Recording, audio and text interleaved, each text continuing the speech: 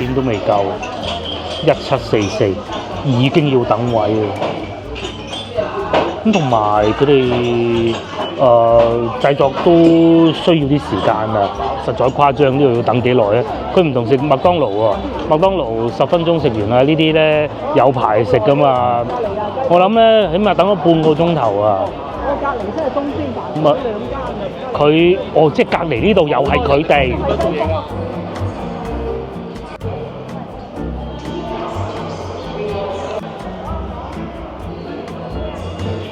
觀眾大家好，又嚟到傍晚差唔多5點啦。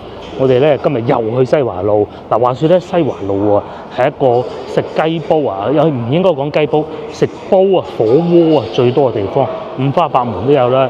又有夏天又有得食咁啊，當然冬天多啲。用電爐嘅又有啦，用炭爐嘅又有啦。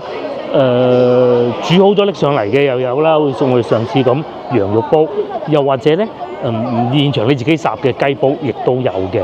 咁除咗西華路以外咧，我諗最多應該都係龍津路嘅，咁啊西華路多過龍津路好多㗎。今日我哋西華路食一個勁啊，榴蓮雞煲嚇，咁啊睇下有冇位啊嚇，快行啊，邊度出嚟？係彩虹橋地鐵站，中國內地最靚地鐵站。都算最靚嘅。唔係，其實11號線定10號線，即係個環迴線開咗之後咧，都有不少靚過佢嘅。呢度係比較特色，因為最主要係上邊嗰個天花嗰度咧，襯翻個名，係個名又好聽咧。大家要去西華路嘅話咧，就喺呢度8號線彩虹橋站 A 出口出去，咁就得㗎啦，好方便嘅啫。呢度係冇手扶梯嘅喎，好似。咁係新站實有手扶梯嘅，就喺呢度。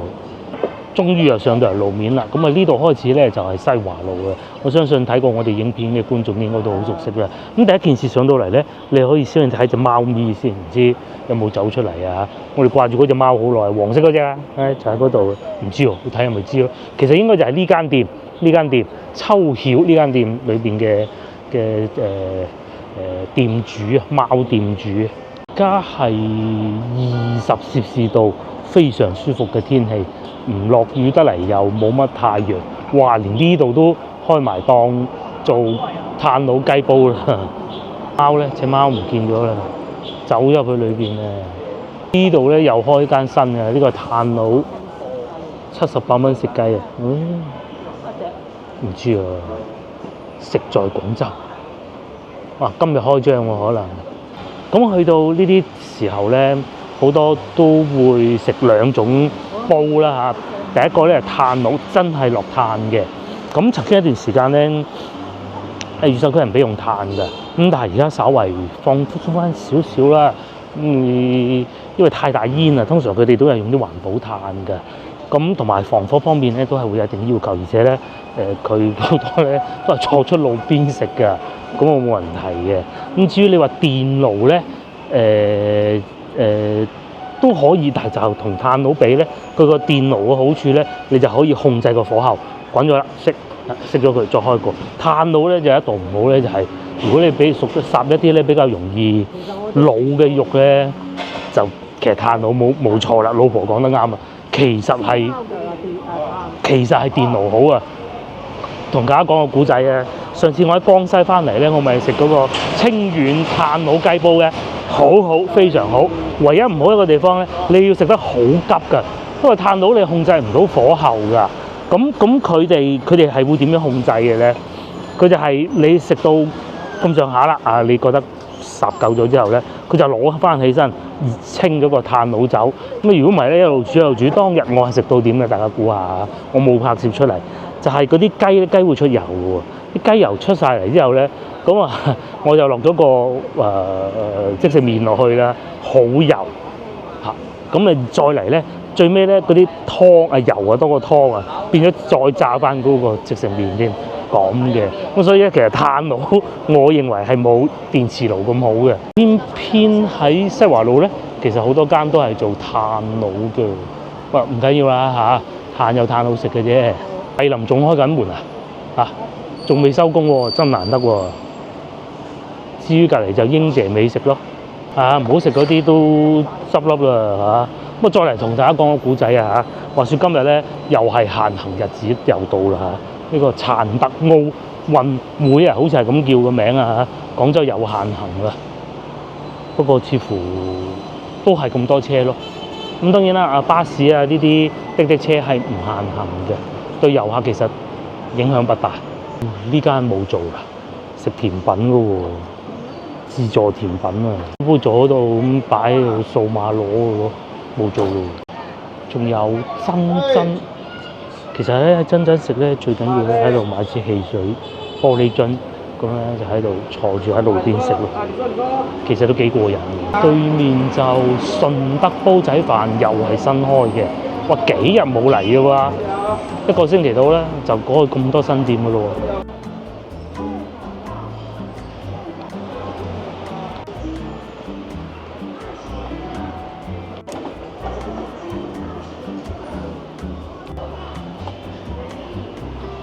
有，因為我哋咧諗住今晚去食榴蓮雞煲啊！嗱，我印象中有嗰個店唔係好大嘅，唔知會唔會冇位。咁如果萬一真係冇位嘅話咧，喺近光復路嗰度咧，即係其實佢隔離嘅都有一個新開嘅火鍋店嘅。如果都仲未冇嘅咧，就登峰裝修好啦，我哋去登峰又得，好冇？登峰都可以啊嚇，係啊，到時睇心情啦。主要係食榴蓮雞煲，榴蓮雞煲有嘅一定去榴蓮雞煲。次行過都要睇下，每一次行過睇下都係有人排隊嘅。係啊，食三文治咁啊，靚女就買個三文治咁企住喺路邊食到，好過癮啊！新鮮啊，因為以前我係人哋依附近住嗰啲細路仔啊，買俾一啲學生咁樣。好過食其他嘢。係。啲學生放咗學都中意，都要填下肚㗎。係，咁連阿姨都要食㗎啦。變到全部人都買。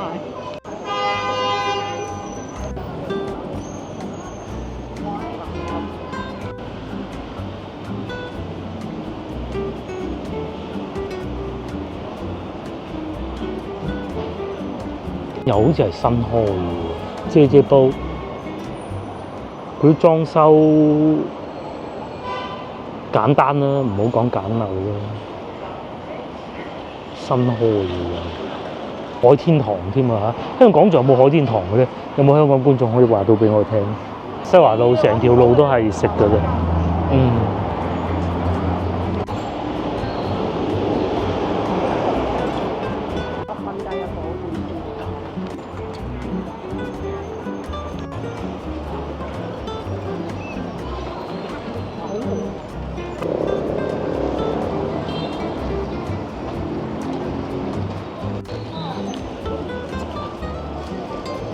上次我經過咧，仲以為雍和店㗎，冇人食㗎啦，肯定係有咩事啊，但唔係好意思啊，一樣係咁多人喎，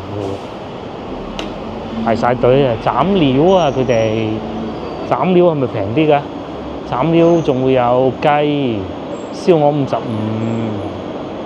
但係冇，佢係燒鵝係1斤，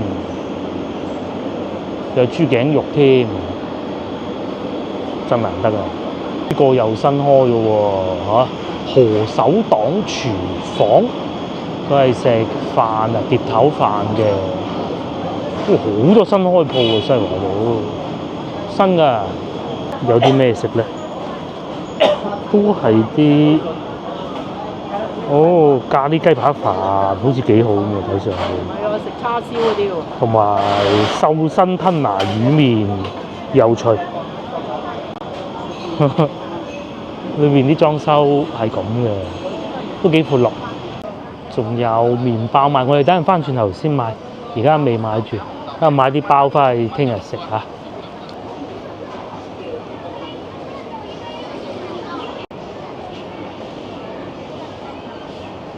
西華路咧兩間腸粉店咧，前面一個同泰，嗰個咧就係方記，唔知大家兩間有冇試過啦？個人口味啊，我就中意同泰多啲，起碼坐得舒服啲，同埋同泰咧有飯食。咁啊，方記咧就遊客多啲咯，因為你係可以睇到佢現場製作腸粉啊，布拉腸啊，好耐㗎啦。我哋係中意同泰腸粉多啲啊，起碼坐得舒服啲。其實唔差㗎。其實咧，首先咧喺廣州立足得到嘅腸粉店咧，衰極都有個保護下限係好高㗎，即係佢唔會整出嚟話哇搞錯啊要退錢嗰種，唔會有嘅，只係啱唔啱你口味嘅。我哋揀間坐舒服啲嘅啦。已經開始叫號啦，咁犀利叫號啦！哎呀，擋住咗添。呢個係天寶食坊啊，火爆咗好多年啦。勁呢度又開一間新嘅，已經換我見睇住佢第3間啦。港式雲吞以前係食煲仔飯最初，因為我記得寶興會呢個旗牌啊，呢個就好多年未換過嘅。下邊嗰個買過奶茶，跟住而家變咗港式雲吞麵，下次嚟試下先得，揾日中午。呢個睇上去好似幾好咁喎，即係諗住同富記打對台係嘛？呢個叫冇得頂。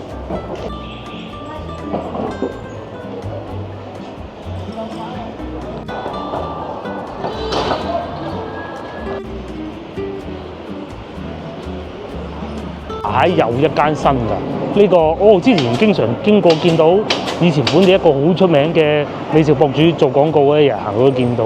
而家佢係裝修定係換個老闆咧，就不得而知啦嚇。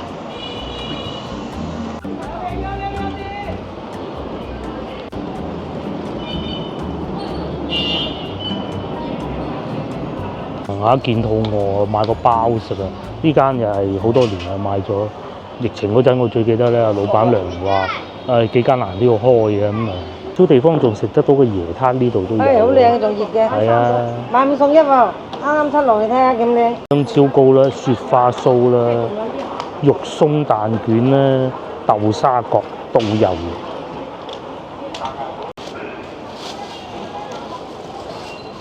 大家幾耐未食過椰撻啦？咁啊對比，梗係蛋撻出名啲嘅。其實細個成日會有椰撻食嘅，冇呢啲咁靚。呢度係2蚊一個，咁啊買滿5個送1個。買5啊送1嘅個。1.8啦嚇。呢個係值得買嘅一個試下嘅。尤其啲麵包鋪好處咧，就算你買一個都冇問題嘅。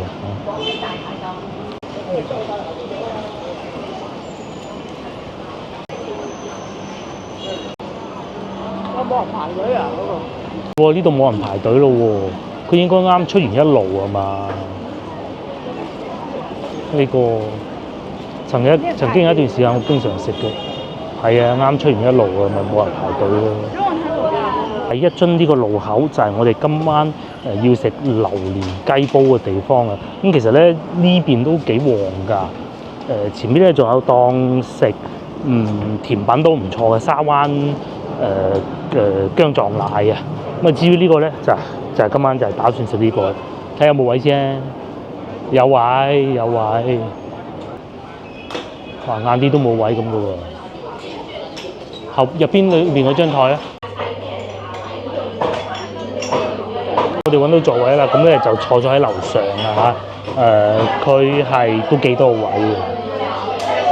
我哋咧就打算食呢一個餐啦。睇唔到幾錢？到啦，榴蓮瓦煲雞168一隻，湯煲榴蓮雞165，其實就係一樣嘅啫。應該係榴蓮瓦煲雞係咪？我哋食，同埋以上係送青菜一份。咁啊再嚟就湯底啊，即係可以揀呢兩個啦嚇，清補涼或者椰子。椰子要加10蚊，清補涼就免費。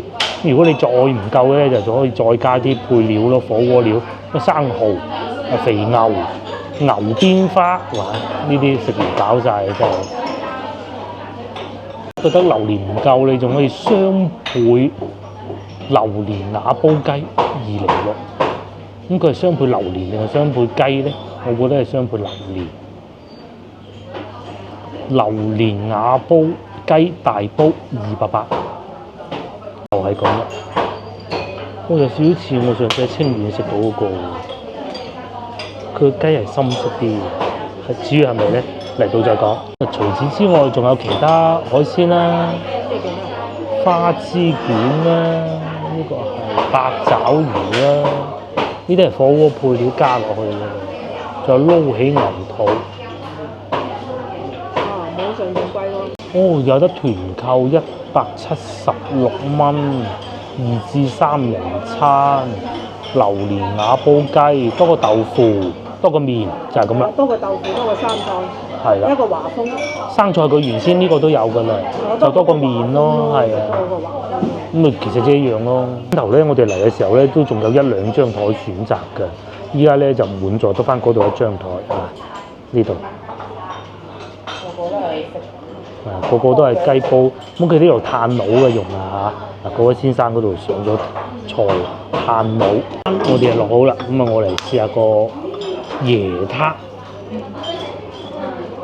唔知大家有冇食過椰撻？椰撻咧就上邊呢啲係椰子嚟嘅，叫椰子蓉先啱啊。咁下邊呢度咧就同蛋撻冇乜分別嘅啫。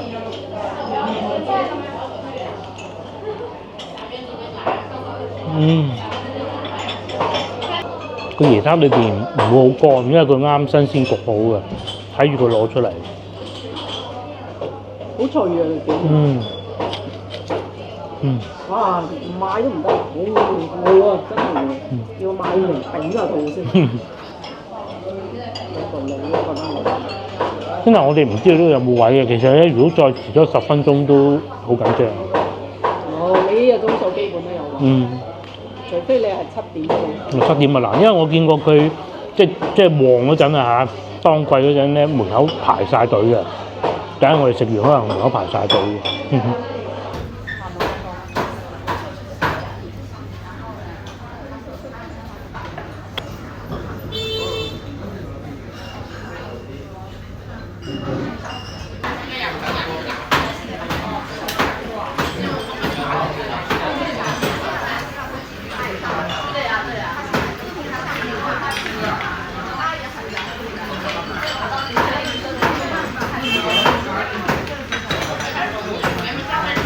而家6點都未夠，1744已經要等位啦。咁同埋佢哋製作都需要啲時間啊。佢唔係話你一落街即刻砌好出嚟俾你嘅，有啲心思咁啦嚇。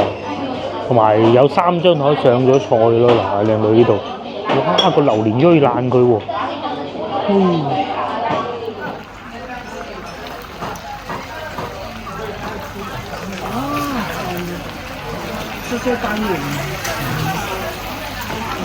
係啊，同我上次去清遠食到嗰啲一模一樣，但係就係少咗個榴蓮咯。好似爭好遠啊！多個榴蓮爭好遠。味都唔同啦。其實追雞。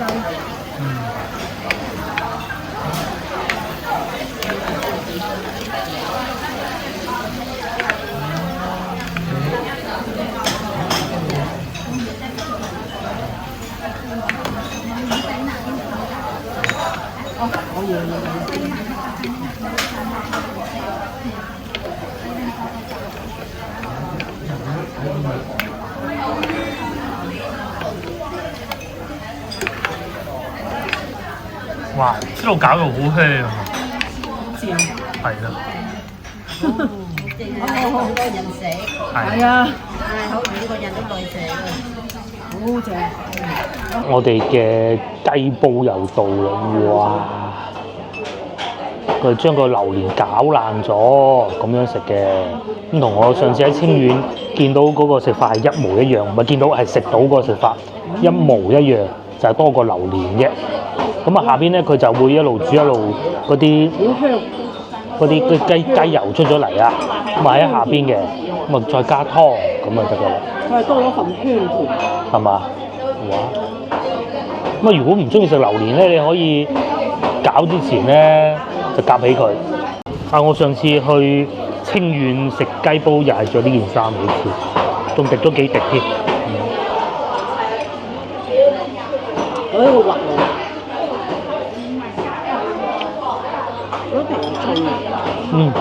舊咧就唔算太燶嚇，同上次我喺清遠食到，即係淨係講個雞，唔好講牛肉，係好似嘅。雞咧佢係面頭有少少色水嘅，應該係碌過先至攞上嚟，先至斬嘅。咁啊有少少燶，咁一路煮咧佢係會出油嘅，到最尾加湯，再落菜，咁就得㗎啦。後邊嗰度就係咁整啦。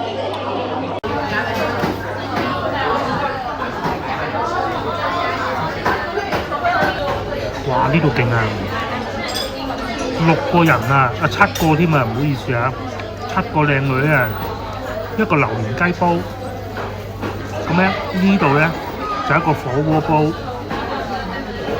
咁啲雞咧就生嘅，就火鍋煲，呢邊係榴蓮雞煲，火鍋煲咧就咁嘅，都幾大煲嘅，咪落菜咯，係啊。榴蓮啊，經常食雞啊，更加唔使講啦嚇！榴蓮雞煲第一次，真第一次。其實呢樣嘢出現咗已經好長一段時間喺廣州。我仲咬緊啲雞種都幾靚嚇。嗯。啊！呢個咩食？另外一種食啊？呢個不得不提咧，就係佢一捧上嚟，我見點解你又捧咗幾塊炭冇火嘅？唔係，佢係將有火嘅炭擺咗個底，冇火嘅炭咧就擺面，咁佢咧就唔會話太急啊啲火。呢一點係幾好啊！慢慢食下咁樣，佢先至滾翻起啊！呢一點住啦。上次我清遠唔係啊，一擺低就呢度嚼聲，根本我都食唔到。好食歸好食㗎。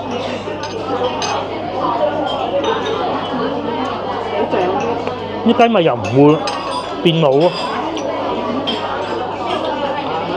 嗰種咧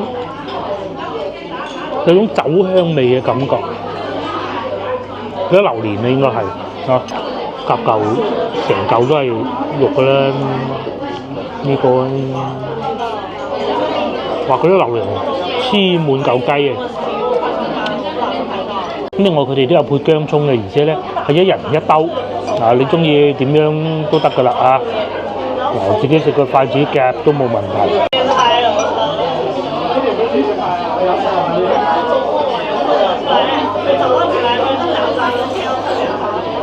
靚雞啊！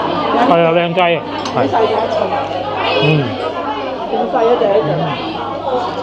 佢呢個雞唔算太肥，咁啊上嚟嘅時候咧有少少燶咗咯，咁都冇所謂嘅，合理嚇。好似啲嚿咁，你唔食佢個皮嗰部分咪得咯，點少少豉油。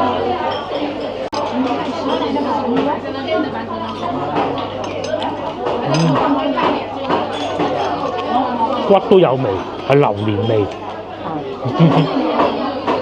呢嚿勁啊！黐滿嗰啲榴蓮果肉，呢樣有少少燶。如果你再加，好似係38蚊一嚿。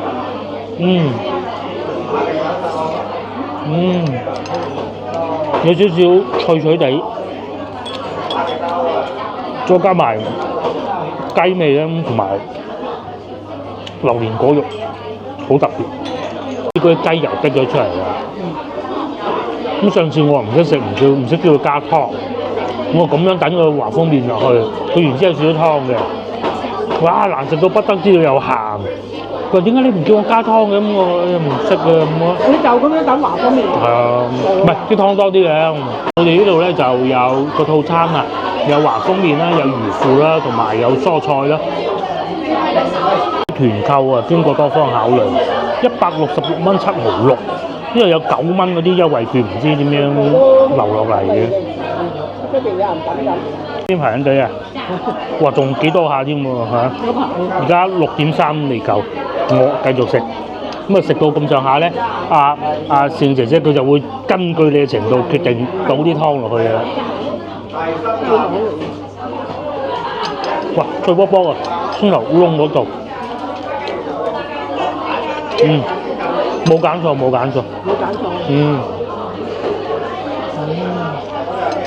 個窿嗰啲你唔好食喎。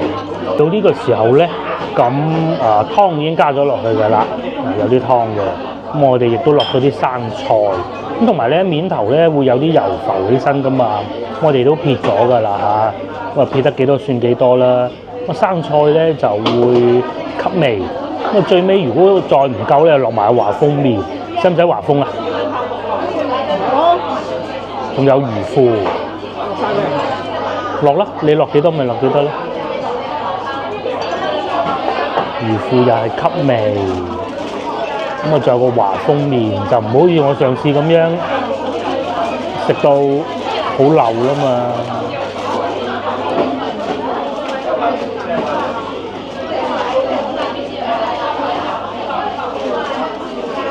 咁啊呢度性價比算幾高㗎啦，啲之前有海珠區幾鬼貴嘅。不如落埋一個。好，落埋佢，一鑊熟，全部落晒。將啲雞夾咗出嚟，因為賣相就一般啊，但其實咧好好食嘅。咁啊食唔晒打包，聽日仲可以繼續食咯。覺得咁樣嘅做法幾好。哇！你有個叫個靚女嗰個榴蓮雞煲食晒啦已經，個個喺度玩手機。跟住呢個仲勁，攞埋個大碌竹嚟食飯，我覺得係第一次見。咁啊菜應該係食得㗎咯，生菜。味丸都食得噶嘛生菜，生菜應該可以食得。佢唔滾嘅佢個爐。係啊，佢係唔會滾到炭爐就係咁噶啦，但係佢好嗰啲火就好長嘅咯。早餐啊，包括咗呢啲豆汁同埋呢個即係。160蚊呢個價錢可以啊，嗬。如果你喺呢度點係冇呢度。冇係。呢啲都得啦，係嘛？等等先，好。夾咗菜先。夾咗菜先。預過癮啦，最後就以呢個華豐麵作為結束。咁啊，同上次比真係好好多，咁樣先至係正確嘅食法。咁啊，仲有幾個魚腐咯。似乎食得唔夠，仲可以再夾多嚿嚟食，或者等我啲湯度再烚一烚。一包佢嗰榴蓮味又冇咗有道理，就一係要食就而家咁樣夾嚟食啦。不過我唔食啦，我食埋麵包啦已經，實在誇張，呢度要等幾耐咧？佢唔同食麥當勞喎，麥當勞10分鐘食完啦，呢啲咧有排食噶嘛。我諗咧，起碼等咗半個鐘頭啊。我隔離即係東邊飯兩間佢即係隔離呢度又係佢哋，佢哋呢度隔離都係佢哋㗎。係佢哋嘅攞埋個位嚟做。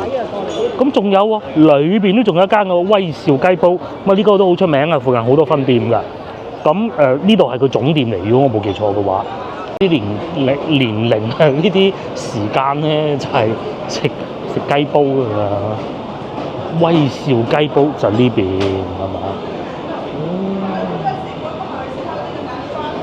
咁食法唔同啦，其實都係嗰啲嘢嚟嘅啫嚇。但係就好過癮咯，咁樣坐喺條冷巷度慢慢嘆，都唔斬噶啦，因為雞煲咧好香啊條街。如果你喜歡藥材嘅，咁咪呢度咯；如果你係喜歡榴蓮嘅，咪先留隔離嗰度咯。呢度等嘅人少啲，坐外邊都要食噶啦，都係炭佬雞煲嘅。仲要坐喺邊啊？坐喺嗰度。麻雀台下邊啊，都係咁食㗎。嗱，其實有幾個因素大家要留意啊。有個炭爐煲之後咧，即使再凍啲都冇乜所謂。第一，第二咧係要戶外先好嘅，即係始終安全啲。係嘛？康太門口啊。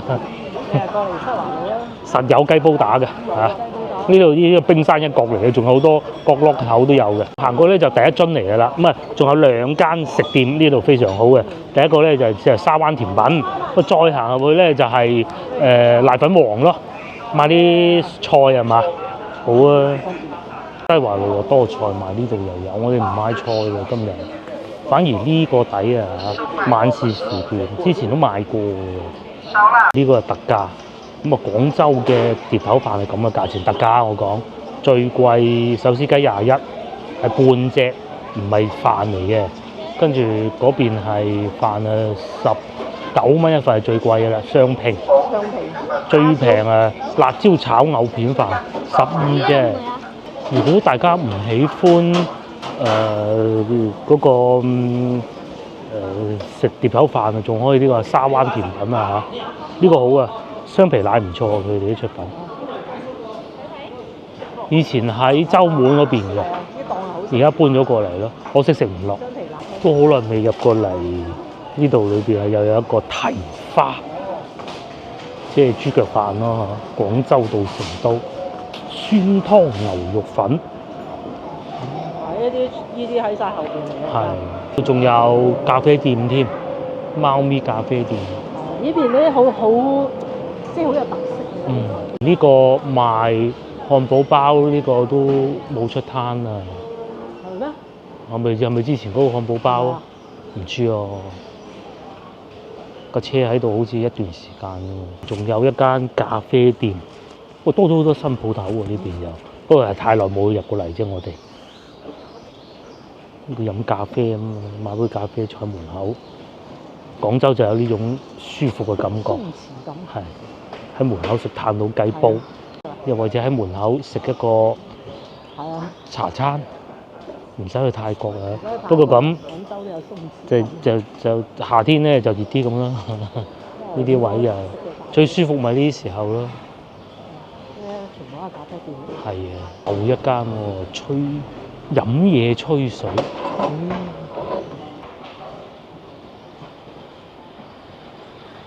度仲有最出名就梗係瀨粉王啦，不過唔使帶包過。佢食唔食㗎？咁邊咧就帶大家睇下西環呢度有幾多炭佬雞煲食嘅。咁其實而家已經未算係到最火爆嘅時候啊，因為咧仲最多點就有幾火爆啊。不過廣州人咧都係急不及待咁去食嘅。環路好多巷仔裏邊就會有好多，什麼司馬坊裏邊啊嗰啲。一間屋下邊又剪頭髮嘅，下邊又變咗炭佬雞煲啊嗰啲咁嘅咯。前邊又開咗間新嘅，我哋過嗰邊睇下。咁其實喺嗰度咧已經可以兜翻出去西華路㗎啦。第一張裏邊都咁多新店，呢個係飲咖啡嘅，個係食甜品㗎係嘛？我 M 記全餐啊，好有趣喎！唔知朝頭早幾點鐘開工？唔叫鬆餅。現場製作嘅嗰個位置，大家睇唔睇到？就係之前我哋去深點盛宴嗰度啦。咁啊外邊咧就西華路，如果一直行咧就去得到光復路㗎啦。然之後呢度又開一間新㗎，啱啱今日新開張咁，我睇嚟好似。呢度啊，之前嗰個冇做啦，檔啊變咗。變啊！先頭我哋有諗過，如果先頭嗰度冇位嚟呢度食咯。吊燒雞啊，佢哋係食。但係就隔涉啲咯，就行落去嘅。係喎，好多人贊助喎。翻嚟西華路口呢度啊，飲茶呢間。飲茶呢間。佢嘅隔離就係又係粵菜。反正成條街都係食嘅。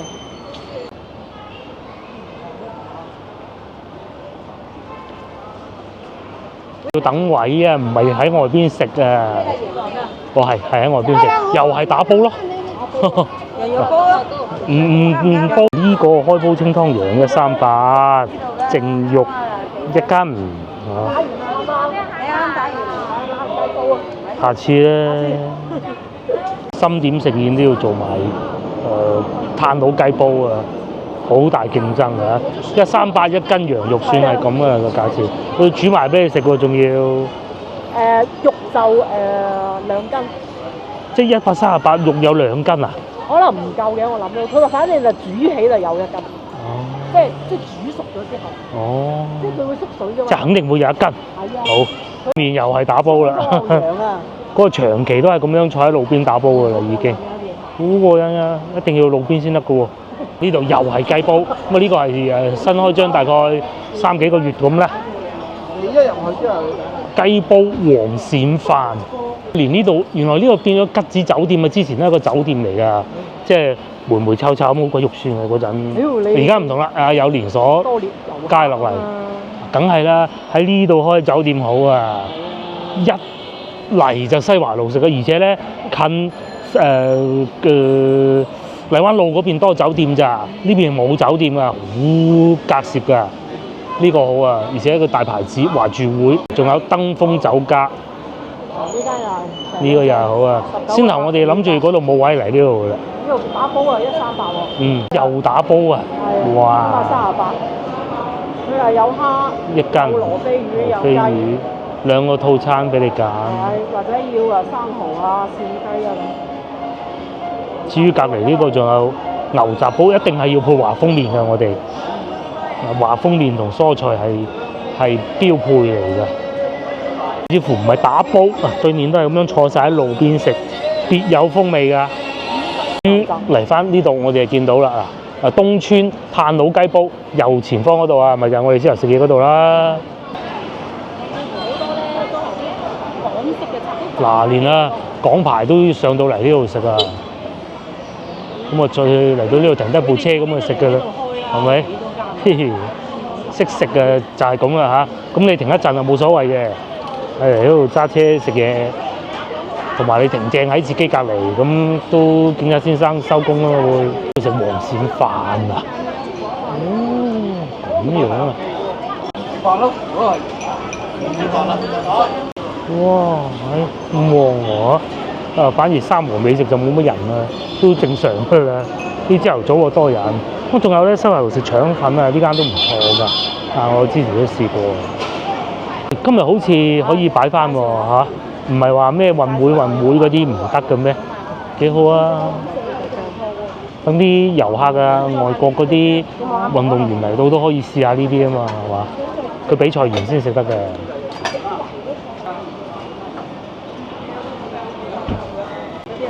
上次我哋咪喺對面嗰度咯，食羊雞專門店，睇唔睇到？嗰度食羊肉煲。清湯羊又係坐晒出嚟，呢個係食餃子啊，成煎餃，一位難求咁喎，19蚊一碟，佢係煎餃嚟嘅，我哋都好耐未食過。次坐喺個路邊食嘢好過癮啊！到咧，而家呢邊都坐到咁多人。可以喺路邊食嘢。唔係香港，我講廣州度咗。廣式茶餐廳。港式嘅茶餐廳，咁你可以試下。就係左邊呢個百搭果啦。唔係，通常呢啲天你預先入去食嘅啫。呢天你就冇必要嘥咗啲 quota 啦嚇。而市場呢度咧走鬼少咗好多喎。呢啲同開運動會有冇關係咧？不得而知啊嚇。因為平時擺到滿噶嘛，車都出唔到嘅喎。今日就冇問題啦，點樣出都得啦。反而啲餐廳就可以坐晒路邊咯。另外仲有，而家經過呢度睇見，巴士擋住咗啊嚇，就係去先頭嗰個生煎包啊，又排個隊啦。佢長期都係排隊嘅。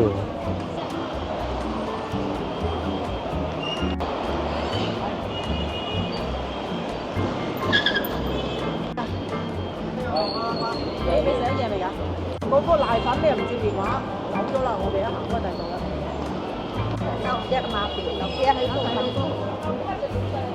仲有賣呢個車仔餅啊，雞蛋仔，西華路都係美食啊！咁樣嘅嗱，嚟到呢度咧，佢就小食啊嗰啲後生嘅咧就開始少翻啲啊。前邊呢一橛咧就會多翻啲比較啱我哋呢啲年齡食噶啦，到後邊就多翻啲後生嘅咯。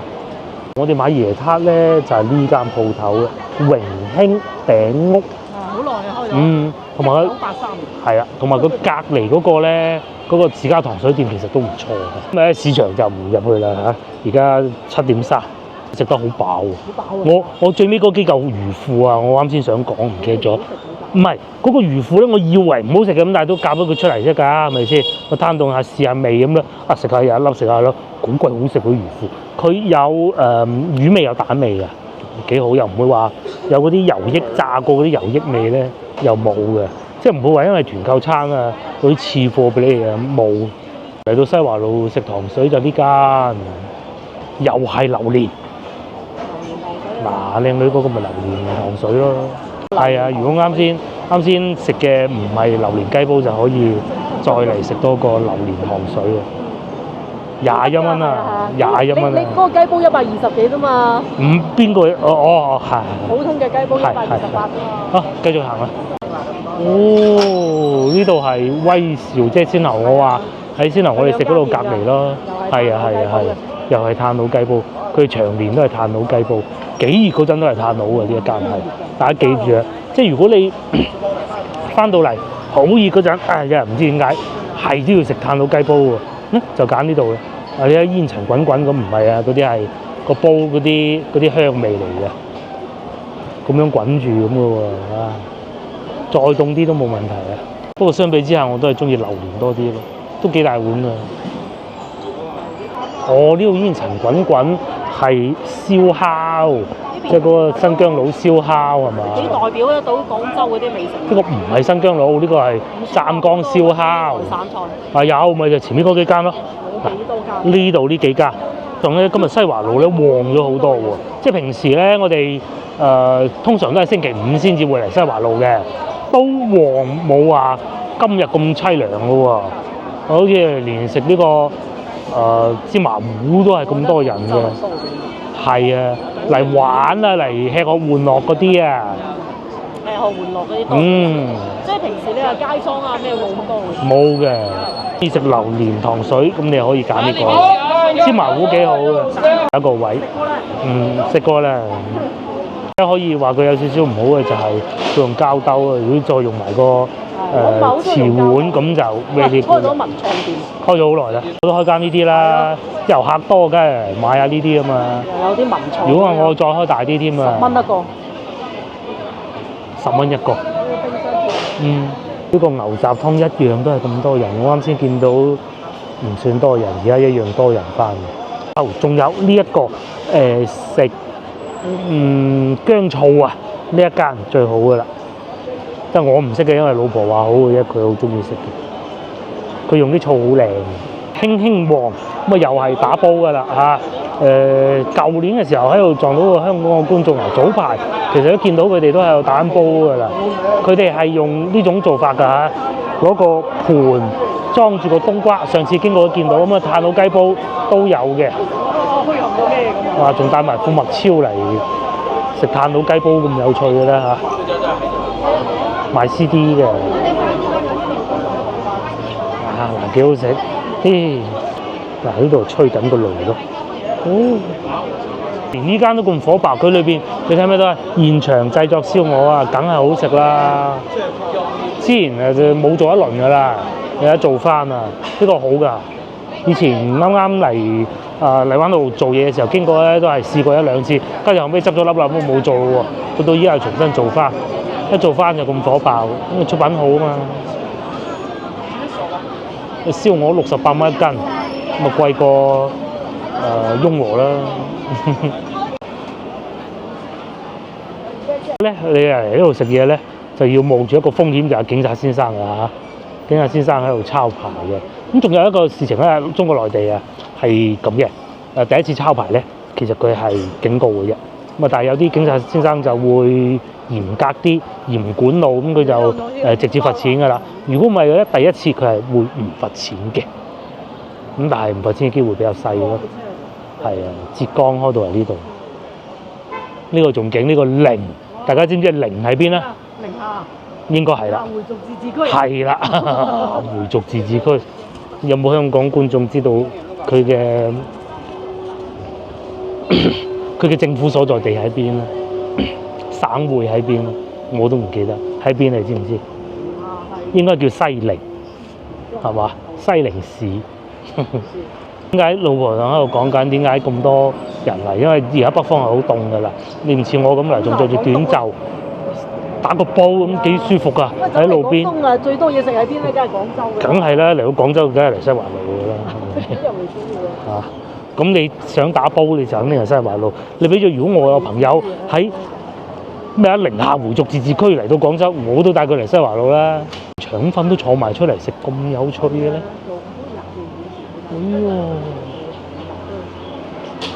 呢度光猛啲，食腸粉、炸雲吞嗰啲咯，炒牛河好似有，佢哋係布拉腸粉嘅，